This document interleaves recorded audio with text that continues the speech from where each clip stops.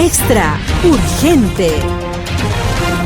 La campaña de Trump recauda $14 millones en una nueva estrategia de ayuda de emergencia. La campaña de Trump está usando GoFundMe para reunir a su red de patrocinadores adinerados y donantes comunes en torno a los sobrevivientes de su intento negativo contra él en julio y de la destrucción del huracán Helen, desafiando las vías más tradicionales de ayuda de emergencia. Las dos campañas de recaudación de fondos de alto perfil, organizadas por el director nacional de finanzas del candidato republicano, han recaudado más de $14 millones.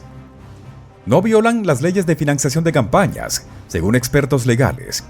La campaña tampoco tiene permitido embolsarse dinero alguno para sus propios fines políticos. Un portavoz de GoFundMe dijo a un medio que la mayoría de los fondos de Butler, Pensilvania, ya se han desembolsado.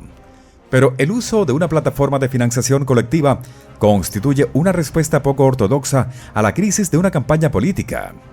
Nunca antes un candidato presidencial de un partido importante había recurrido a una empresa con fines de lucro que suele presentar peticiones desesperadas de ayuda para cubrir los gastos de matrícula o de atención médica para movilizar a su base hacia causas benéficas externas.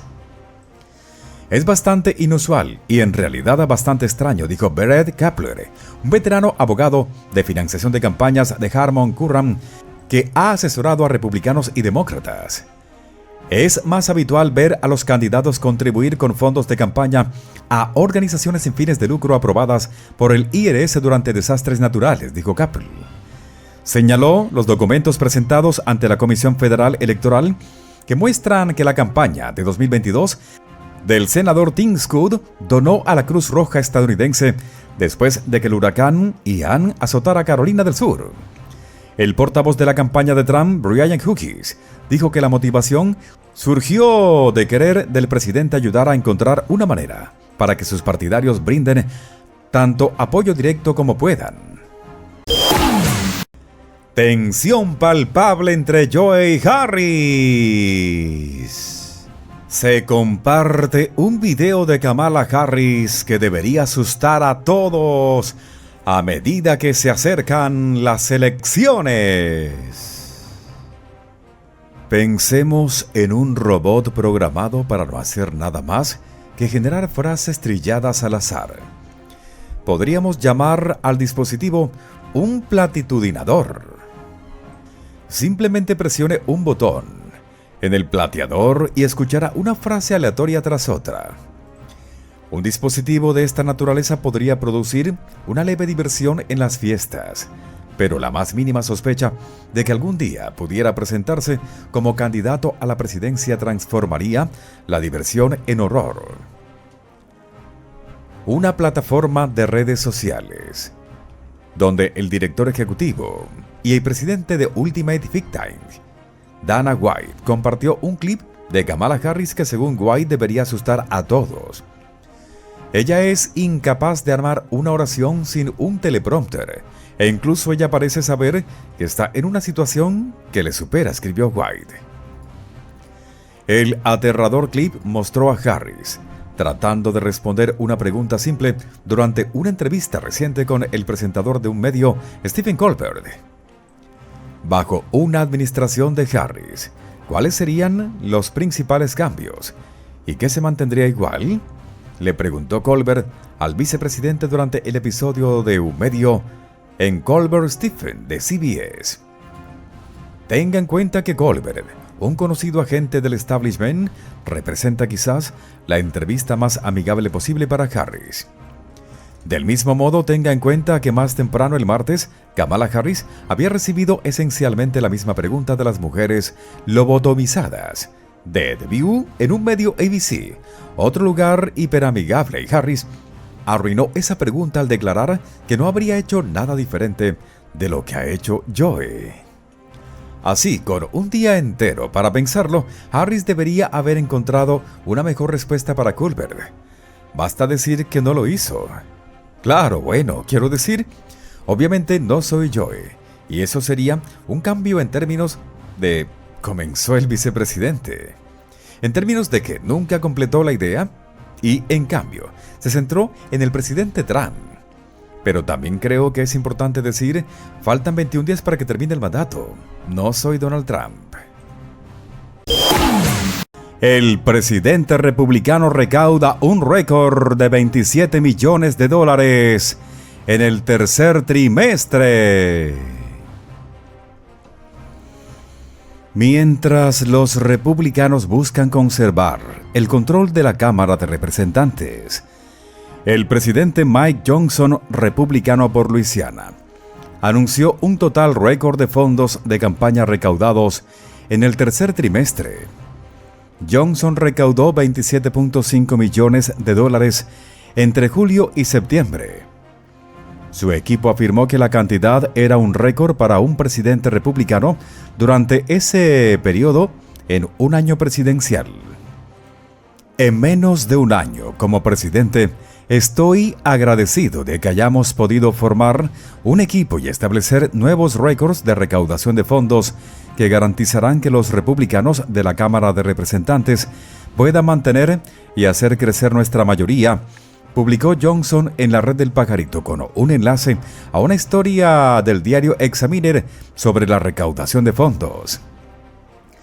Ahora, a menos de un mes de las elecciones más importantes de nuestras vidas, otro trimestre fuerte muestra que los votantes están motivados para la recta final, listos para elegir a los republicanos en todas las posiciones para arreglar nuestra economía, asegurar la frontera y restaurar la paz a través de la fuerza.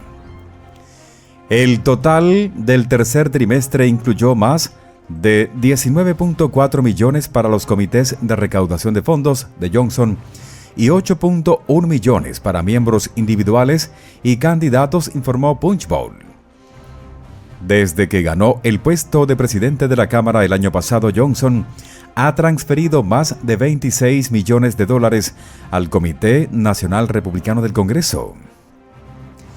El Fondo de Liderazgo del Congreso, un comité de acción política alineado con el liderazgo republicano de la Cámara de Representantes, informó que recaudó $81 millones durante el tercer trimestre. Además, eso significa que los esfuerzos combinados de Johnson y CLF recaudaron más de $100 millones durante el trimestre.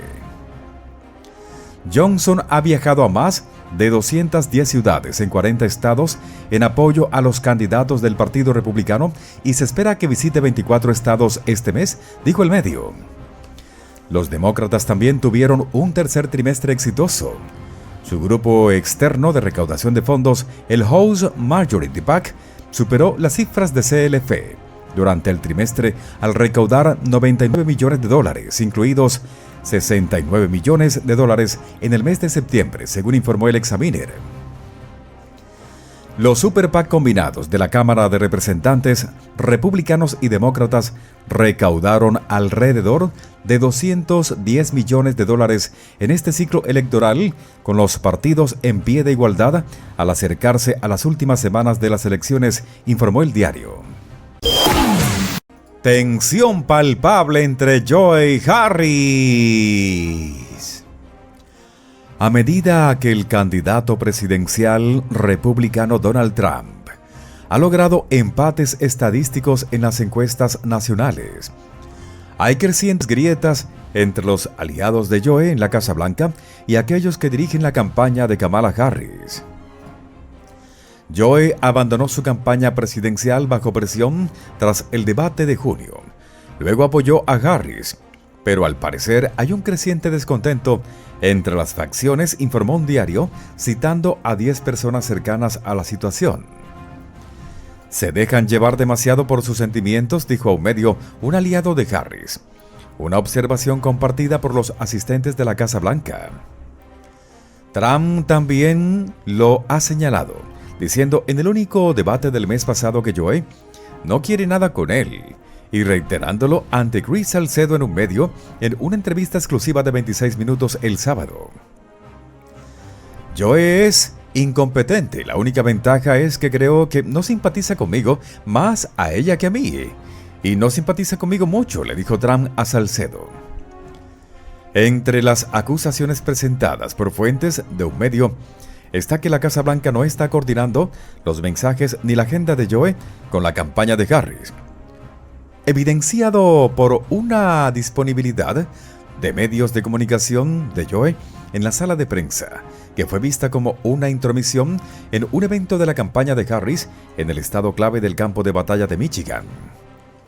Además, Joe ha elogiado públicamente al gobernador republicano de Florida, Ron DeSantis, por su actitud amable y cooperativa en la respuesta al huracán, mientras que Harris criticó a DeSantis por no atender sus llamadas para ayudar a coordinar la respuesta federal, que ha sido criticada por los republicanos e incluso por algunos medios de comunicación.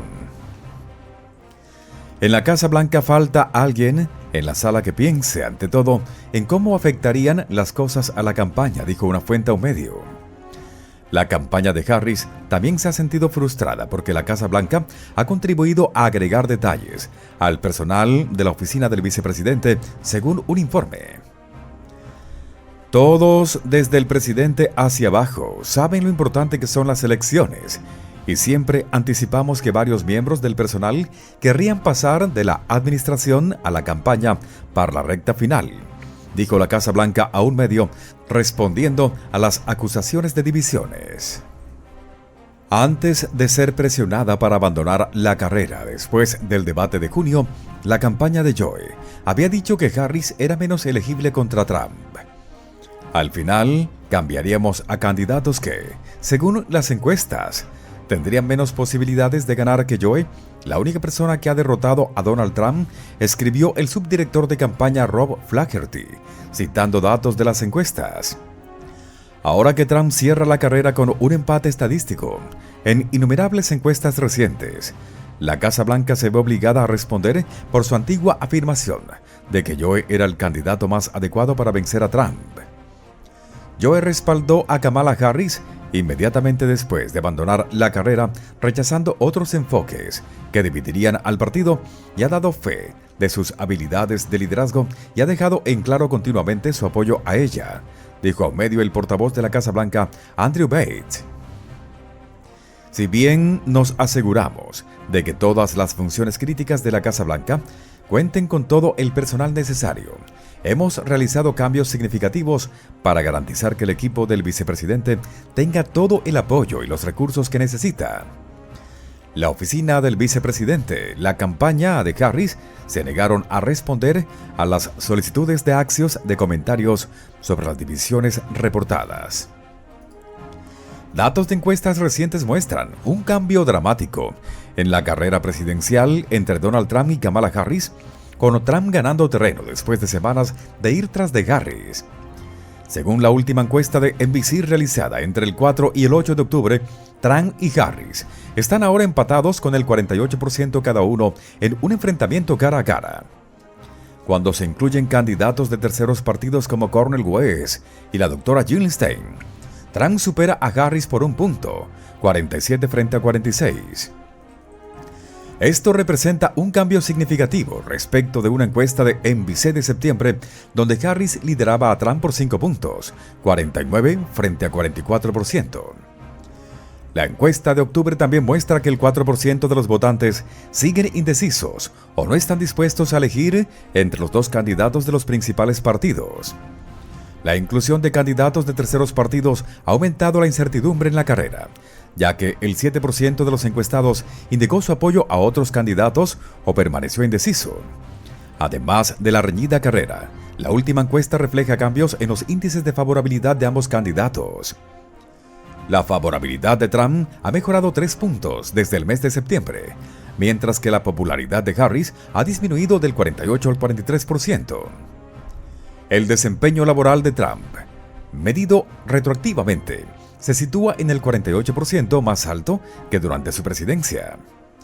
La encuesta también reveló que el 45% de los encuestados cree que las políticas de la administración Joe Harris los están afectando negativamente, en comparación con solo el 25% que dijo que se han beneficiado. Otra encuesta publicada por el Journal el día de ayer resalta aún más la naturaleza competitiva de la carrera. El Journal encontró que Trump lideraba a Harris por un estrecho margen, 46 a 45%, con estados clave aún demasiado reñidos para predecir un ganador. La encuesta de NBC se alinea con los resultados de otras encuestas recientes que históricamente se han inclinado hacia Harris. En septiembre, ABC mostró consistentemente que Harris tenía una ventaja sobre Trump, pero los últimos números indican que su ventaja se ha reducido a solo 2 puntos.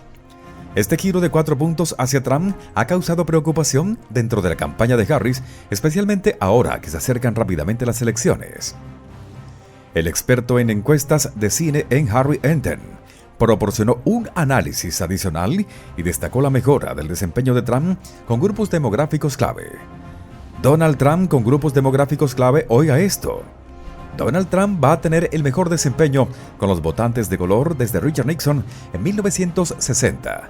Y entre los votantes hispanos, su desempeño con los republicanos será el mejor desde 2004 bajo el gobierno de George Bush, dijo Enten.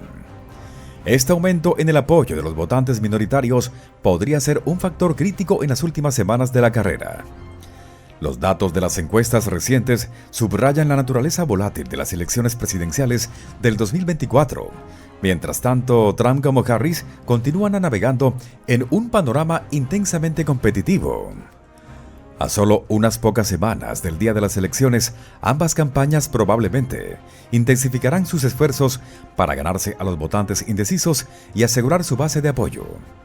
Según las encuestas, la carrera sigue demasiado reñida para dar un ganador, y el resultado podría depender de estos estados clave y del impacto de candidatos de terceros partidos. Tanto Trump como Harris enfrentan el desafío de mantener su impulso en la recta final de la campaña con datos de encuestas que muestran una marea cambiante a favor de Donald Trump. Se cumplen 4 años de la mayor no realidad que jamás haya dicho la administración de Joe. Joe y Kamala Harris tienen una relación informal con la verdad. Nos dijeron que no están tratando de prohibir las estufas a gas, que las habilidades de nuestro presidente no están en declive y que la frontera no está abierta. Llamaron a estas teorías de Gonspy. Parece que vamos a tener que conseguir algunas nuevas teorías de Gonspy porque todas las antiguas resultaron ser ciertas. Hoy se cumple el 4º aniversario de la mayor no realidad que dijo la administración Joe Harris, que la computadora portátil de Hunter no era real. 3 semanas antes de las elecciones del 2020, el Post publicó su primer artículo sobre el contenido de la computadora portátil de Joe. El informe incluía un correo electrónico en el que uno de los socios comerciales de Joe mencionaba una reunión con Joe. Joe había negado haberse reunido con los socios comerciales de Hunter durante la campaña electoral. Las fotografías demostraron posteriormente que Joe se había reunido con uno de los socios comerciales de Hunter. De hecho, todo lo que había en su computadora portátil era auténtico, y el organismo F, los miembros del equipo de campaña de Joe Harris y el propio Hunter lo sabían desde el principio. En lugar de abordar directamente el contenido de la computadora portátil y decirle la verdad al pueblo estadounidense, la campaña de Joe Harris desarrolló un elaborado plan para engañar a los votantes apenas 3 semanas antes de las elecciones presidenciales, fingiendo que la computadora portátil era desinformación del país de Rus. El pueblo estadounidense entiende que no es raro que las campañas políticas difundan historias negativas, pero esto fue mucho más allá de eso. Fue una no realidad. Antes de que el Post publicara su artículo, el organismo F comenzó a presionar a la red del pajarito y Face para que suprimieran la noticia. Face restringió las publicaciones que enlazaban con la noticia para asegurarse de que menos personas vieran el contenido. La red del pajarito prohibió por completo los enlaces al artículo y cerró por completo la cuenta de la red del pajarito del Post. La cuenta del Post permaneció censurada durante 16 días. Después de que el Post publicara el informe, el actual secretario de Estado Anthony Blinken, que entonces era miembro del equipo de campaña de Joe Harris, comenzó a comunicarse con miembros de la comunidad de inteligencia para sembrar la semilla de que la computadora portátil era una gran no realidad del país de Rus. Blinken instó a más de 50 funcionarios de inteligencia a firmar una carta en la que decía que la computadora portátil tenía las características clásicas de una operación de información del país de Rus. La CIA no hizo nada para detener la carta, a pesar de que documentos internos mostraban que sus funcionarios estaban preocupados de que permitir la publicación de estas afirmaciones no reales no sería útil para la agencia a largo plazo. Los medios de comunicación tradicionales, muchos de los cuales lloraron al enterarse de que la primera conspi para las elecciones del país de Rus era una no realidad, se apresuraron a recoger y publicar los puntos de discusión de la carta sin intentar siquiera verificar la existencia de la computadora portátil. La NPR calificó la historia como una pura distracción y se negó a cubrirla en medio de una reñida carrera presidencial. De hecho, la mayoría de los medios ignoraron la computadora portátil durante años. ¿Duró? No, la verdad. Hoy los medios de comunicación, el organismo F, la CIA e incluso algunos miembros de la administración Joe Harris finalmente admitieron que la computadora portátil era real. El organismo F incluso utilizó la computadora portátil para procesar a Hunter por la condena por posesión de instrumentos. Sin embargo, esta conspi nunca tuvo que ver con la computadora portátil, sino con la decisión de la administración Joe Harris de usar su poder para cerrar las redes sociales del Post, censurar al pueblo estadounidense que deseaba discutir el informe en línea y negar a los votantes el acceso a la verdad antes de las elecciones del 2020. Hoy nos encontramos en una situación similar a la de hace 4 años, cuando el Post publicó por primera vez su artículo sobre la computadora portátil de Hunter. Faltan 3 semanas para las elecciones. Si bien algunos parecen haber aprendido, la administración de Joe Harris solo ha redoblado sus esfuerzos. En 2022, el organismo F tenía 80 agentes acosando a Face y la red del pajarito para censurar la información sobre el COVID. Cuando se conoció esta noticia, la portavoz de la Casa Blanca, Karine Jean-Pierre, dijo que no era saludable hablar de los esfuerzos de censura de la administración.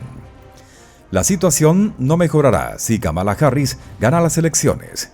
Su compañero de fórmula, el gobernador de Minnesota, Tim Walz, sigue diciendo: no hay garantía de libertad de expresión en materia de desinformación o discurso de falta de amor, y especialmente en relación con nuestra democracia.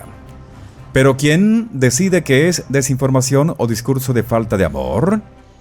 De alguna manera, Kamala Harris y el gobernador Tim Walz entienden que los estudiantes universitarios tienen derecho a expresar su falta de amor hacia el país de Israel, pero olvidan que esos mismos derechos existen para los estadounidenses que quieren tuitear sobre los fracasos de la administración Joe Harris. La democracia solo funciona cuando podemos decir lo que creemos. No eres libre si no puedes decir lo que piensas. Y nadie puede emitir un voto informado cuando quienes están en el poder censuran información relevante. El pueblo estadounidense sabe que la mejor manera de corregir la desinformación es con más y mejor información, no con censura. Joe y Kamala Harris sostienen que solo están tratando de proteger la democracia, pero han hecho todo lo posible para impedir que los ciudadanos escuchen la verdad sobre su administración. Eso en sí mismo es antidemocrático y es inmoral. Representante Donald dice: hay que obedecer la ley al certificar las elecciones. El público quiere que las jurisdicciones locales sigan la ley al certificar el voto, dijo el representante Byron Donalds en un medio, en un enfrentamiento con el presentador Dana Bash sobre las afirmaciones sobre las elecciones del 2020 el domingo. La discusión comenzó cuando Bash le preguntó al republicano de Florida si el Congreso debería seguir la ley de recuento electoral que tuvo una actualización aprobada hace 2 años y que aplicará a la certificación de las elecciones presidenciales del próximo mes. Mira, creo que cuando se habla de las elecciones de noviembre, lo que la gente quiere es que las jurisdicciones locales respeten la ley aprobada por los estados, dijo Donalds. Mientras todos lo hagan, no habrá ningún problema para certificar esas elecciones en noviembre. Pero lo que realmente importa en estas elecciones son los problemas que enfrenta el pueblo estadounidense, no la ley de recuento electoral, porque lo que necesitamos es un presidente que asegure nuestra frontera y que realmente haga que nuestras políticas exteriores vuelvan a ser sólidas y tengan sentido. Eso es lo que importa. Luego Bush intervino insistiendo en que su pregunta era si él cumpliría la nueva ley. Donalds eludió la pregunta y en su lugar enfatizó su respuesta anterior diciendo: "He sido muy claro, Dana. Mientras los estados y las jurisdicciones sigan los procedimientos electorales en sus estados, no habrá ningún problema para mí ni para nadie en el Capitolio". Bush le dijo a Donalds que estaba dejando un enorme vacío legal, porque hay evidencia de que los estados siguieron los procedimientos adecuados en las elecciones del 2020. El representante de Florida respondió: "Eso no es una laguna jurídica. Si observamos lo que pasó en Pensilvania, Arizona y otras jurisdicciones en 2020, no siguieron los procedimientos electorales aprobados por la legislatura estatal. Eso es un hecho empírico". Muy pronto, vuelve a escuchar las noticias más relevantes en este canal de noticias.